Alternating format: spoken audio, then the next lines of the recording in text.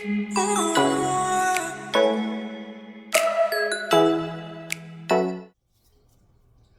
y'all, it's your girl Niee here, back with another video. Today is the Mystery Monday, and this guy is sick, or was sick. His house is known as the ghoulish treasure trove of human remains. Yes, I definitely want to say viewer discretion. Like, I will be talking about some sick stuff today. Watch with caution. If you want to see what I use and how I created all these makeup looks, check out my TikTok at P_NKDUCHESS, Pink Duchess, to see how I achieved this look and all my other makeup looks. Please like this video, subscribe to my channel, and comment down below for any recommendations you have. Also, I will list everything in the description box down below.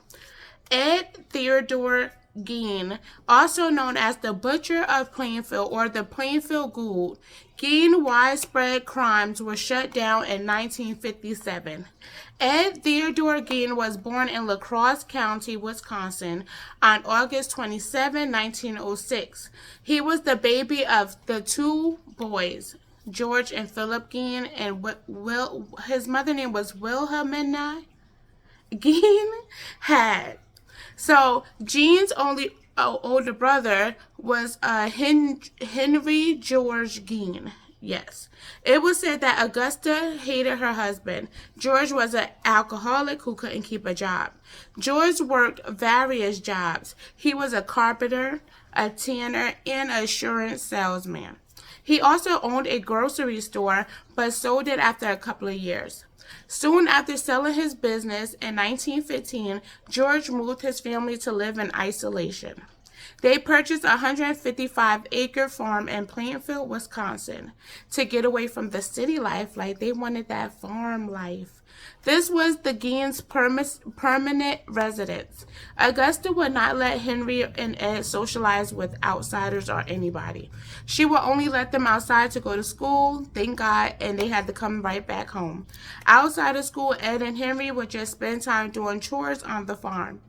Augusta was very religious. She praised the Lutheran, whose God there was Martin Luther, not Martin Luther King, but Martin Luther.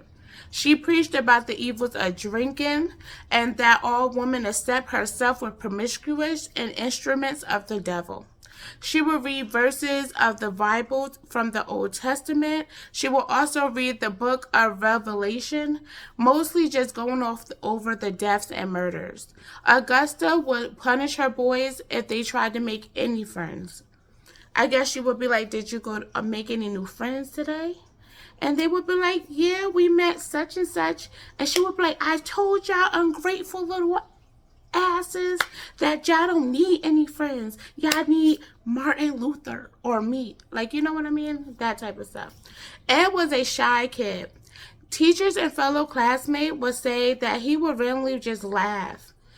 Like, and he would just have, like, weird mannerisms. So, yeah. Despite all the negative shit going on in Ed's life, he did well in school. He loved reading. Like, that was his favorite subject. In 1940, George would pass away due to heart failure. Henry and Ed had to do odd jobs to cover his funeral expenses and to help take care of their home. The Gein brothers were quite reliable and trustworthy. They also helped out in their community. They both were very handy. And shockingly, Ed also was a babysitter. Yes, like, he loved babysitting. Like, he did this for a while. Ed enjoyed babysitting because he related more to the children than the adults. Henry would soon start dating and move out, but he was worried about his little brother. His little brother was obsessed with their mother. Yeah, I guess because, you know, she was telling them, like, oh, the only woman is me. Like, you know, that type of stuff. He tried to talk to him, but it led nowhere. And then on May 16, 1944, Ed reported his brother missing. Ed and Henry was burning away some marsh vegetation that was on the property, and the fire had gotten out of control. The firefighters was called, and when the fire was put out, later, like the search party that came from when Ed reported Henry missing, found his burnt body laying face down. It was later reported that Henry also had bruises on his head, but there wasn't any follow-up after that. So it just been left, and they moved on. Soon after Henry's death, Augusta had a paralyzing stroke. Like a stroke, yeah. Henry devoted most of the time taking care of her. I read that Augusta and Henry went to visit a man named Smith, and Smith was beating on his dog. But that's not what made Augusta mad. What made Augusta mad was the woman that he had in his home, because they wasn't married. So I heard this is what caused her a second stroke, and this stroke killed her. And I didn't mean Henry. I meant to say Ed. Thank you. Oh, girl. I know this is just, I don't know.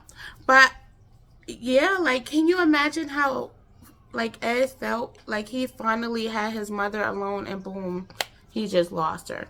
It's just sad. Ed kept the house, and he did odd jobs to support himself. Ed boarded up the whole upstairs, the living room, and the downstairs bathroom, like any place his mother would spend the most time, I guess. He kept that part of the house clean, while the rest of the house was literally falling apart, and it was just filthy and cluttered.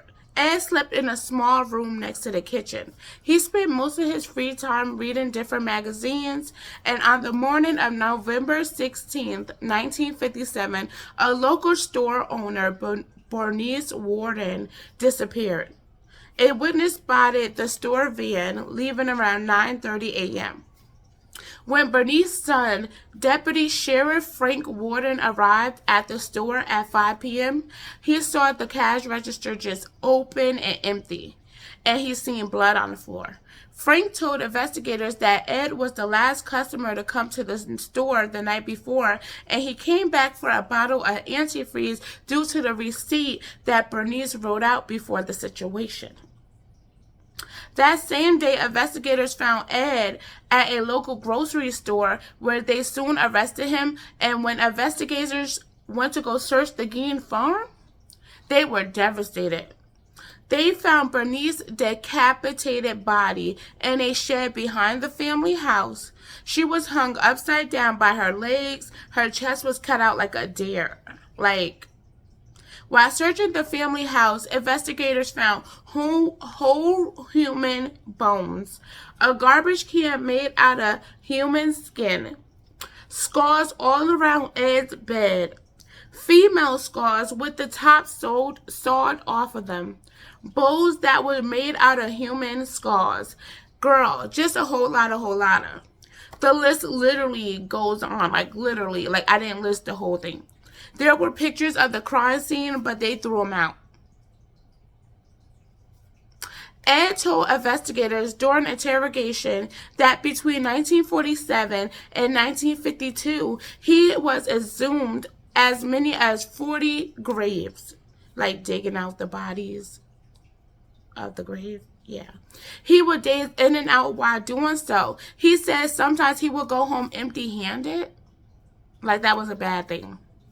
A couple of the graves he dug up were of a middle-aged woman with dark hair, who he thought resembled his mother. He would take them home and give them a tan. When Ed led investigators to come to some of the recent victims, it was said that he waited soon after the burial, soon after the family buried them and left, he would go, soon after, and undig the graves. What the fuck? Ed admitted to all 40 of the graves he dug up. He admitted to shooting Mary Hogan. Mary was closing up the tavern she had worked at on December 8th, 1954. When Ed came in, he shot her and took her to his farm and did very bad things to her. He also was being considered for 7 other unsolved cases that happened in Wisconsin. On November 21st, 1957, Ed was on trial for first-degree murder, where he pleaded not guilty. He was deemed unstable to stand trial, and he was diagnosed with schizophrenia. He was sent to the Central State Hospital for the criminally insane. This is now known as the Dodge Correctional Institution, a maximum security facility in Waupun, Wisconsin. In 1968, doctors deemed Ed as stable to stand trial. His trial lasted about a week, and it started on November 14th of that year. A second trial happened, and one of the doctors testified that Ed didn't know whether or not he killed Bernice, so he was ruled not guilty due to sanity for that case. Yes, it's real deep. Ed spent the rest of his life in a mental hospital. The Gein's farm was appraised for $4,000, which is equivalent to about $44,000 in 2021. Ed's possessions was auctioned off, like, who would want that stuff? Anyway, and the house was destroyed by a fire. It was deemed accidental, but we don't know whether somebody did it on, whether it was arson or not. His car was sold for $760 to a carnival. You might ask what a carnival would do with it, but they just charge 25 cents for visitors to come see it. Ed Gein died at the age of 77 in the Mendota Mental Health Institute due to respiratory failure. Second to lung cancer on July 26, 1984. And that would be the story of Ed Gein. He was definitely sick, and this time I really blame the parents for this one. And that's just my opinion. Comment down below and let me know what you guys think about this one, guys. Like my video and please subscribe to my channel. Peace, and I will see y'all Thursday. Mwah.